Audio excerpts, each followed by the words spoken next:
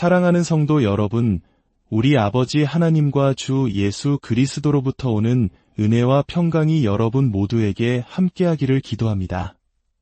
오늘 우리가 함께 나눌 이 말씀이 여러분의 영혼에 깊은 울림을 주고 삶의 자리에서 하나님의 뜻을 살아내는데 큰 힘이 되기를 소망합니다. 잠시 귀를 기울여 주님의 음성에 집중하는 이 시간이 여러분의 삶에 놀라운 변화의 시작이 되기를 바랍니다. 만약 이 말씀이 여러분에게 은혜가 된다면 좋아요와 구독을 통해 더 많은 이들에게 하나님의 사랑을 전하는 통로가 되어 주십시오. 이 메시지를 나누는 것은 어두운 세상에 빛을 전하는 귀한 사역에 동참하는 일입니다.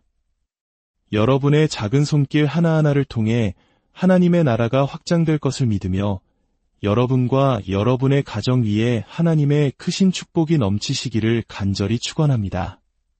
지난 시간 우리는 서기관과 바리새인들의 삶을 특징짓는 피상적이고 외적인 의와 하나님께서 우리에게 요구하시는 진정한 내면의 의가 어떻게 다른지에 대해 깊이 생각해 보았습니다.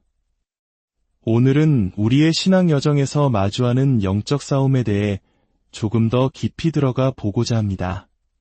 16세기 종교개혁가 마르틴 루터는 그리스도인이 순종의 삶을 살기 위해 싸워야 할 적이 하나나 둘이 아니라 무려 3개의 전선에 걸쳐 있다고 말했습니다. 루터가 지목한 우리 신앙의 3가지 주된 적은 바로 세상과 육신, 그리고 마귀입니다. 물론 루터는 이 3가지 적을 구분하여 설명했지만 이들이 서로 얼마나 긴밀하게 연결되어 있는지도 잘 알고 있었습니다. 성경이 말하는 육신의 생각이란 바로 이 세상의 영에 매혹되고 유혹당하는 우리 본성의 일부를 가리킵니다. 그리고 이 세상은 사탄이 특별한 영향력과 지배력을 행사하는 활동 무대이기도 합니다. 그렇기에 우리는 세상, 육신, 마귀를 각각 구별해서 이해하되 결코 서로 분리된 존재로 생각해서는 안 됩니다. 오늘 이 시간에는 이 3가지 적들 중에서 첫 번째, 바로 신약 성경이 말하는 세상에 맞선 그리스도인의 싸움에 대해 함께 묵상해 보고자 합니다. 물론 신약 성경에서 세상이라는 단어는 여러 가지 의미로 사용됩니다. 어떤 경우에는 단순히 우리가 발을 딛고 사는 이 행성, 즉 지구를 의미하기도 합니다. 이 경우 세상이라는 단어에는 어떠한 부정적인 뉘앙스도 담겨 있지 않습니다. 화성이나 목성, 혹은 저 높은 하늘과 구별되는 지리적인 공간을 가리킬 뿐이죠. 하지만 신약 성경에서 세상이라는 단어는 종종 더 깊은 의미로 사용됩니다. 바로 타락한 인간 사회의 시스템, 하나님 중심이 아닌 인간 중심의 가치관, 즉 하나님을 대적하는 관점이나 사고방식을 의미합니다. 요한복음에 기록된 예수님의 말씀을 통해 이 2가지 의미가 어떻게 구별되어 사용되는지 살펴보겠습니다. 요한복음 17장은 예수님께서 십자가에 달리시기 전날 밤 제자들을 위해 드리신 길고 간절한 기도, 일명 대제사장적 기도가 기록된 장입니다. 이 기도는 당시 함께 있던 제자들뿐만 아니라 그들의 가르침을 통해 미래에 믿게 될 모든 세대의 사람들, 바로 오늘을 살아가는 우리를 위한 기도이기도 합니다. 성경 전체에서 유일하게 나를 위해 예수님께서 직접 기도해 주신 감격적인 장면이죠. 요한복음 17장 11절에서 예수님은 이렇게 기도하십니다. 나는 더 이상 세상에 있지 아니하오나 그들은 세상에 있사옵고 나는 아버지께로 가옵나니. 여기서 세상은 명백히 지리적인 장소를 의미합니다. 예수님께서는 저는 이제 이 땅을 떠나가지만 제자들은 이곳, 이 세상에 남아서 살아가야 합니다. 라고 말씀하고 계신 것입니다. 하지만 예수님의 기도는 계속 이어집니다. 14절과 15절을 보시죠. 내가 아버지의 말씀을 그들에게 주었사오매 세상이 그들을 미워하였사오니 이는 내가 세상에 속하지 아니함 같이 그들도 세상에 속하지 아니함으로 인함이니이다. 내가 비옵는 것은 그들을 세상에서 데려가시기를 위함이 아니요 다만 악에 빠지지 않게 보전하시기를 위함이니이다. 자, 이제 세상이라는 단어의 뉘앙스가 어떻게 달라졌는지 느껴지십니까? 여기서의 세상은 단순히 지리적 공간이 아니라 하나님의 것을 사랑하지 않는 사람들, 하나님의 나라와 대립하고 긴장 관계에 있는 타락한 가치 체계를 의미합니다. 세상은 하나님의 백성을 미워합니다. 왜냐하면 우리가 세상의 방식과 가치관에 속하지 않았기 때문입니다. 여기서 우리는 예수님의 기도에 담긴 심오한 진리를 발견하게 됩니다. 그들을 세상에서 데려가시기를 위함이 아니요. 우리가 이 예수님의 기도를 얼마나 깊이 새겨들어야 할까요?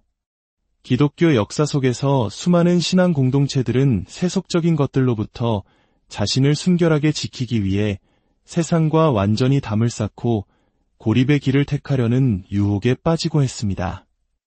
예를 들어 예수님 당시의 바리새인들을 생각해 보십시오. 그들은 분리를 통한 구원을 신념으로 삼았습니다.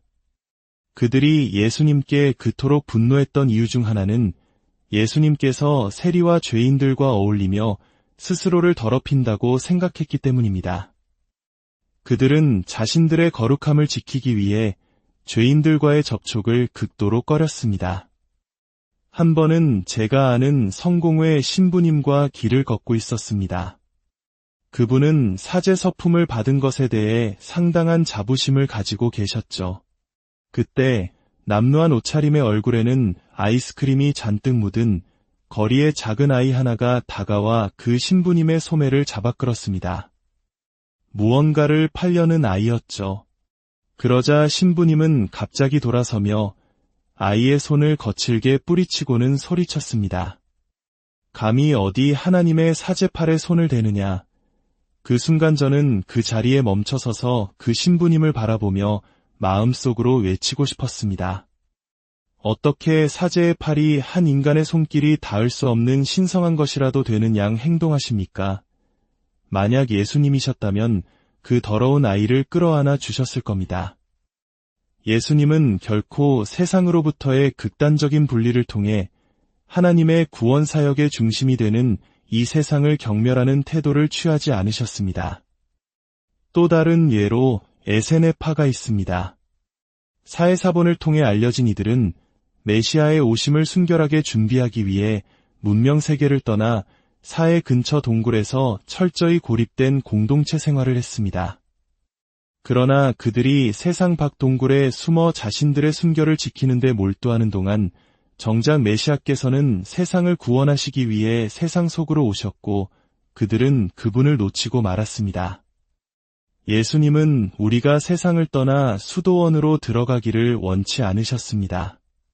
오히려 세상의 한복판에서 그들의 믿음을 지키며 살아가되 악의 영향력으로부터 보호받기를 기도하셨습니다. 세상에서 데려가지 마시고 악에서 지켜주옵소서. 이것은 사도 바울이 로마서 12장에서 가르치는 내용과 정확히 일치합니다. 바울은 로마서에 방대한 교리적 설명을 마친 후 실천적인 권면을 시작하며 이렇게 말합니다. 그러므로 형제들아, 내가 하나님의 모든 자비하심으로 너희를 권하노니 너희 몸을 하나님이 기뻐하시는 거룩한 산제물로 드리라. 이는 너희가 드릴 영적 예배니라. 너희는 이 세대를 본받지 말고 오직 마음을 새롭게 함으로 변화를 받아. 여기서 본받다와 변화라는 두 단어에 주목해 봅시다. 영어로는 각각 컨포엄과 트랜스포엄입니다. 두 단어 모두 포엄, 즉 형태, 구조를 의미하는 어근을 공유합니다. 차이는 접두사에 있습니다. 카는 와 함께라는 뜻입니다. 따라서 컨포엄, 즉 본받는다는 것은 말 그대로 세상의 형태와 함께하는 것, 세상의 지배적인 구조와 가치관에 동화되는 것을 의미합니다. 우리 모두는 청소년기에 또래 집단에서 인기 있는 사람이 되고 싶었던 기억이 있을 겁니다. 부모님이나 친척의 세계를 넘어 친구들 사이에서 인정받고 받아들여지는 것이 그 무엇보다 중요했던 시절이었죠. 인기를 얻기 위한 가장 중요한 대가는 바로 수능이었습니다. 유행하는 노래 가사를 외우고 친구들이 하는 위험한 장난에 동참하며 그들의 가치관과 행동 방식을 따라야만 했습니다. 그래야만 우리 편으로 인정받을 수 있었기 때문입니다. 어른이 되면 이런 유치한 일들은 사라질까요? 천만에요. 장난감의 가격이 달라지고 게임의 종류가 바뀔 뿐 동료들에게 인정받고 싶어하는 욕구는 우리 삶에 매일 매셔 우리를 끌어당깁니다. 이 세상의 유혹적인 힘은 바로 이 수능의 압력에서 나옵니다. 독일어에 이 현상을 정확히 표현하는 단어가 있습니다. 바로 차이트가이스트입니다. 차이트는 시대를, 가이스트는 정신을 의미합니다. 합치면 시대정신이 되죠. 지금 무엇이 유행하는가? 무엇이 세련된 것인가? 무엇이 사회적으로 용납되는가? 이것이 바로 시대정신입니다. 19세기 철학자 니체는 대부분의 사람들이 비판적인 사고 없이 양떼처럼 그저 시대가 요구하는 것을 맹목적으로 따라간다며 이를 가축대의 도덕이라고 비판했습니다. 그는 시대정신의 노예가 되기를 거부하고 무리를 떠나 스스로 생각할 용기가 있는 초인, 즉 리버맨 시의 등장을 촉구했습니다. 니체의 초인은 궁극적인 비수능주의자인 셈입니다. 적어도 이 비수능이라는 측면에서 신약 성경은 니체의 생각과 일말의 공통점을 가집니다. 바울은 말합니다. 이 세대를 본받지 말라, 즉 세상의 흐름에 순응하지 말라는 것입니다.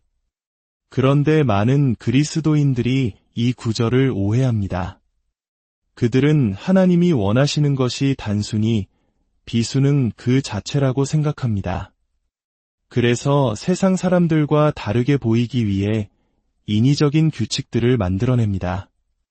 우리는 춤을 추지 않아, 우리는 화장을 하지 않아, 우리는 영화를 보지 않아, 우리는 특정 종류의 카드게임은 하지 않아. 이런 것들은 피상적인 형태의 비수능일 뿐입니다. 세상 사람들이 모두 흰 모자를 쓴다고 해서 일부러 빨간 모자를 쓰는 것이 성경이 말하는 비수능이 아닙니다. 하나님의 나라는 그런 외적인 규칙들과는 아무런 관련이 없습니다. 그것은 또 다른 형태의 바리새주의일 뿐입니다. 성경적인 의미에서 진정한 비수능주의자가 되고 싶으십니까?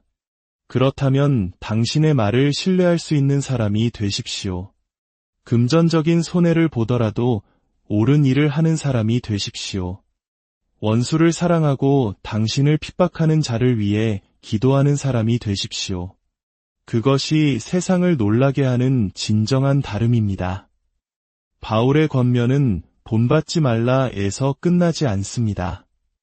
그 뒤에 더 중요한 명령이 따릅니다. 오직 마음을 새롭게 함으로 변화를 받으라.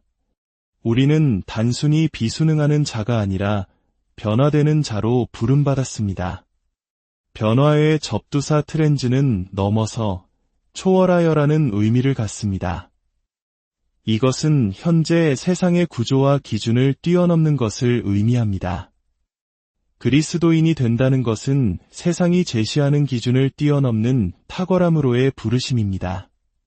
세상 사람보다 더 성실하게 일하고 더 용감하게 불의와 싸우고 더 뜨겁게 사랑하는 것입니다. 우리의 윤리적 기준은 세상의 법률이나 사회적 통념이 정해주지 않습니다. 대법원이 어떤 판결을 내리든 세상의 유행이 어떻게 바뀌든 우리의 기준은 오직 우리 주님의 변치 않는 계명입니다. 내 계명을 지키라. 그것이 우리의 책임입니다. 사랑하는 성도 여러분, 우리는 세상을 떠나도록 부름받지 않았습니다. 또한 세상에 동화되도록 부름받지도 않았습니다. 우리는 세상 속에서 소금과 빛으로 살아가도록 부름받았습니다. 그 길은 세상에 순응하는 것이 아니라 하나님의 말씀으로 우리의 마음을 새롭게 함으로 변화되는 길입니다. 세상의 기준을 뛰어넘는 거룩함과 사랑과 진실함으로 우리가 속한 바로 그 자리에서 하나님의 살아계심을 증언하는 저와 여러분이 되기를 주님의 이름으로 축복합니다. 주님, 우리가 세상 속에서 살아가지만 세상에 속하지 않은 자로서의 정체성을 잃지 않게 하소서. 세상의 압력에 굴복하여 순응하는 자가 아니라 날마다 주님의 말씀으로 변화되어 세상을 이기는 믿음의 사람이 되게 하여 주옵소서. 우리의 삶이 세상의 가치관을 초월하는 주님의 사랑과 능력을 보여주는 통로가 되게 하소서. 예수 그리스도의 이름으로 기도합니다.